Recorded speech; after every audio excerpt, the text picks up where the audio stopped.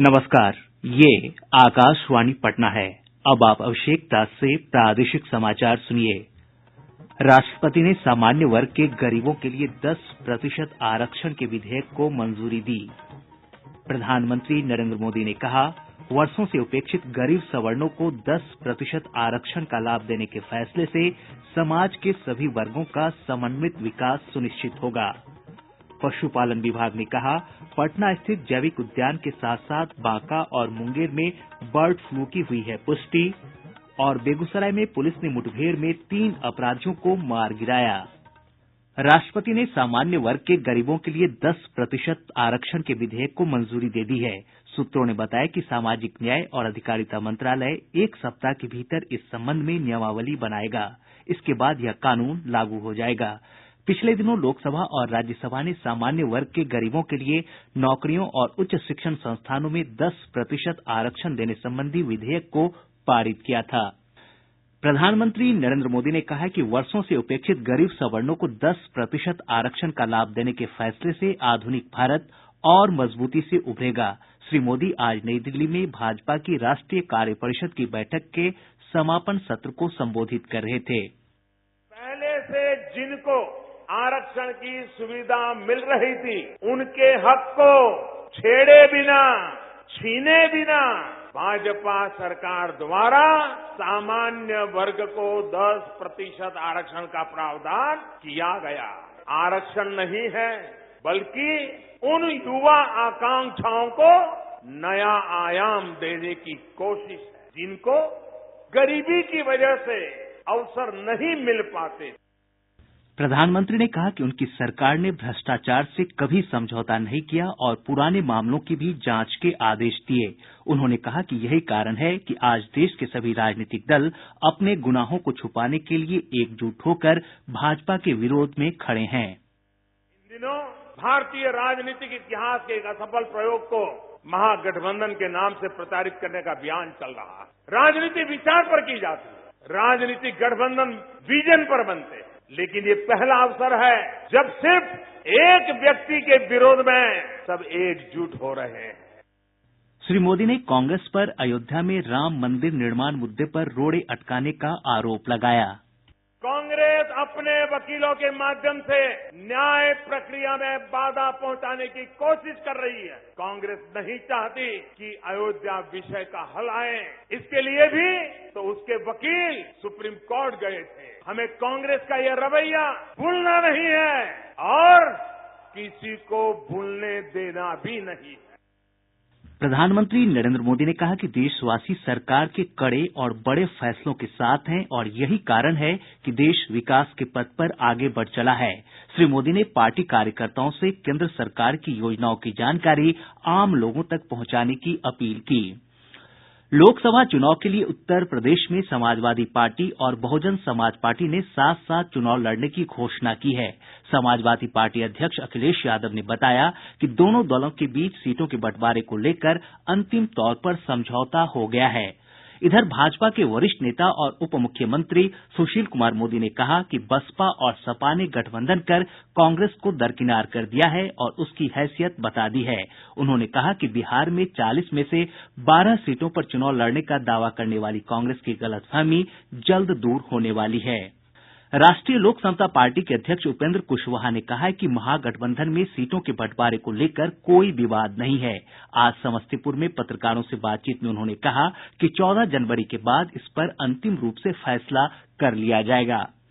पशुपालन विभाग ने कहा है कि पटना स्थित जैविक उद्यान के साथ साथ बांका और मुंगेर में बर्ड फ्लू की पुष्टि हुई है। विभाग की सचिव डॉक्टर एन विजयालक्ष्मी ने बताया कि पूरे राज्य को 3 प्रक्षेत्र में बांटकर बर्ड फ्लू की रोकथाम के लिए उचित कार्रवाई की जा रही है। उन्होंने लोगों से बर्ड फ्लू से नहीं घबराने की अपील की। श्रीमती विजयालक्ष्मी ने आंध्र प्रदेश से आने वाली मछलियों में फॉर्मलिन की पुष्टि होने के बाद इसका सेवन नहीं करने की लोगों से अपील की है। बेगूसराय जिले के चेरिया बरियारपुर थाना क्षेत्र के मेहदा शाहपुर स्थित मुसहरी में पुलिस और अपराधियों के बीच हुई मुठभेड़ में पुलिस ने 3 अपराधी को मार गिराया। मारे गये अपराधियों में कुख्यात सुमंता और धर्मा भी शामिल है। पुलिस अधीक्षक अवकाश कुमार ने बताया कि मारे गये सभी अपराधी वर्षों से फरार चल रहे थे। उन्होंने बताया कि गुप्त सूचना के आधार पर पुलिस इन्हें गिरफ्तार करने पहुंची थी। पुलिस को देखने के साथ ही अपराधियों ने गोलीबारी शुरू कर दी। पुलिस अधीक्षक ने कहा कि इलाके की नाकेबंदी कर सघन छापेमारी अभियान चलाया जा रहा है। मुजफ्फरपुर बालिका गृह यौन शोषण मामले में सीबीआई ने आज एक और आरोपी विक्की को गिरफ्तार किया है। वह इस मामले में नाम आने के बाद से फरार चल रहा था। जांच एजेंसी ने सदर थाना क्षेत्र के पताही से ये गिरफ्तारी की है। गिरफ्तार आरोपी ब्रजेश ठाकुर की सहयोगी मधु का रिश्तेदार बताया जाता है। इधर पुलिस मधु को भी रिमांड पर लेकर पूछताछ कर रही है। प्रादेशिक समाचार आप आकाशवाणी पटना से सुन रहे हैं। केंद्र सरकार ने नमामि गंगे परियोजना के तहत पटना के मनेर में 41 करोड़ रुपए से अधिक की लागत वाली सीवरेज ट्रीटमेंट प्लांट को मंजूरी दे दी है। केंद्रीय ग्रामीण विकास राज्य मंत्री रामकृपाल यादव ने ये जानकारी दी। गया जिले के बुनियादगंज थाना क्षेत्र अंतर्गत पटवा टोली में पिछले दिनों एक किशोरी की हत्या के मामले में उसके माता पिता को कथित तौर पर फंसाए जाने के विरोध में 45,000 से अधिक बुनकर हड़ताल पर चले गए हैं। हड़ताल के कारण 15,000 पावर लूम में काम ठप है। स्थानीय लोगों का आरोप है कि ऑनर किलिंग का नाम देकर पुलिस द्वारा निर्दोष लोगों को फंसाया जा रहा है।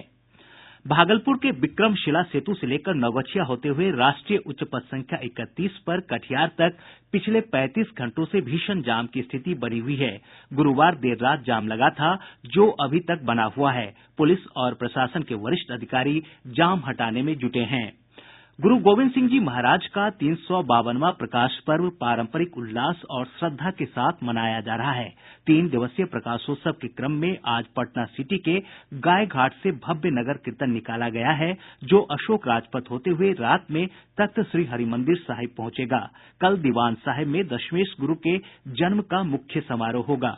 गुरु गोविंद सिंह जी महाराज के जन्मोत्सव पर कल नई दिल्ली में प्रधानमंत्री नरेंद्र मोदी एक स्मारक सिक्का का लोकार्पण करेंगे। स्वामी विवेकानंद की 156वीं जयंती के अवसर पर प्रदेश भर में कई कार्यक्रम आयोजित किए गए। हमारे संवाददाताओं ने खबर दी है कि राष्ट्रीय युवा दिवस पर आयोजित कार्यक्रमों में लोगों ने स्वामी विवेकानंद के बताए मार्गों पर चलने की शपथ ली। आकाशवाणी के समाचारों में मोबाइल पत्रकारिता के उपयोग को बढ़ावा देने के उद्देश्य से आकाशवाणी के अंशकालिक संवाददाताओं के लिए 2 दिवसीय कार्यशाला का आज समापन हो गया। आकाशवाणी पटना क्लब में आयोजित कार्यशाला में काठमांडू में प्रसार भारती के विशेष संवाददाता राजकुमार ने प्रतिभागियों को मोबाइल पत्रकारिता के विभिन्न पहलुओं के विषय में जानकारियां दी। उन्होंने कहा कि मोबाइल की नई तकनीकों का इस्तेमाल कर समाचार संकलन और संप्रेषण को और प्रभावी बनाया जा सकता है। गुजरात के मोरबी वाधुका के एक व्यापारी से 1,69,00,000 रुपए ठगी के मामले में नवादा जिले के वारिसलीगंज थाना क्षेत्र के मुरलाचक से 2 आरोपियों को गिरफ्तार किया गया है। गुजरात पुलिस ने बिहार पुलिस की सहायता से ये गिरफ्तारियां की है। दोनों आरोपी शेखपुरा के रहने वाले बताए जाते हैं। सीवान जिले के मैरवा थाना क्षेत्र के छोटका मांझा गांव में भूमि विवाद को लेकर एक व्यक्ति की गोली मारकर हत्या कर दी गई, जबकि 2 अन्य गंभीर रूप से घायल हैं। इस घटना से आक्रोशित लोगों ने आरोपी के घर को आग के हवाले कर दिया। पटना जिले के कोतवाली थाना क्षेत्र के हड़ताली मोड़ के पास से पुलिस ने विद्युत विभाग में पदस्थापित 3 अभियंताओं समेत 5 लोगों को शराब पीने के आरोप में गिरफ्तार किया है। गिरफ्तार अभियंता नालंदा और दरभंगा जिले में पदस्थापित हैं। जमुई जिले के संकुराहा पंचायत के मुखिया को इंदिरा आवास मामले में अनियमितता बरतने के आरोप में पुलिस ने गिरफ्तार कर लिया है। बेगूसराय जिले के तेघड़ा थाना क्षेत्र से पुलिस ने कुख्यात गोलू सिंह समेत 3 अपराधियों को गिरफ्तार किया है। और अब अंत में मुख्य समाचार। राष्ट्रपति ने सामान्य वर्ग के गरीबों के लिए 10% आरक्षण के विधेयक को मंजूरी दी। प्रधानमंत्री नरेंद्र मोदी ने कहा, वर्षों से उपेक्षित गरीब सवर्णों को 10% आरक्षण का लाभ देने के फैसले से समाज के सभी वर्गों का समन्वित विकास सुनिश्चित होगा। पशुपालन विभाग ने कहा, पटना स्थित जैविक उद्यान के साथ साथ बांका और मुंगेर में बर्ड फ्लू की हुई है पुष्टि। और बेगूसराय में पुलिस ने मुठभेड़ में 3 अपराधियों को मार गिराया। इसके साथ ही आकाशवाणी पटना से प्रसारित प्रादेशिक समाचार का ये अंक समाप्त हुआ।